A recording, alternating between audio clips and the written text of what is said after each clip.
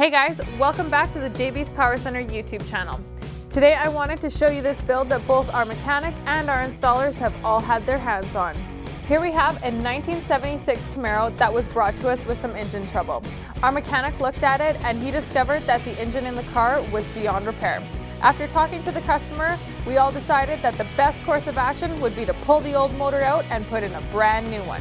So we ordered up a 290 horsepower 350 Chevy engine to replace it with. After we got the motor replaced, the customer decided that he wanted to make his car just a little bit more fun, so we actually ended up doing a stereo system in it as well. We installed two Kenwood 6x9s in the back panel, we installed two Diamond 10-inch subwoofers, and we also used a Rockford Fosgate Bluetooth module to power all of this. Now that the car has a brand new motor and a brand new sound system, our customer is ready to hit the road. We not only replaced the engine, but the customer also gave us the go-ahead to make the engine bay look a lot sharper with a fresh coat of Por 15 chassis paint and some chrome goodies. Fall or winter is a great time to get your winter build done at JB's so that you can enjoy your vehicle in the spring and summer.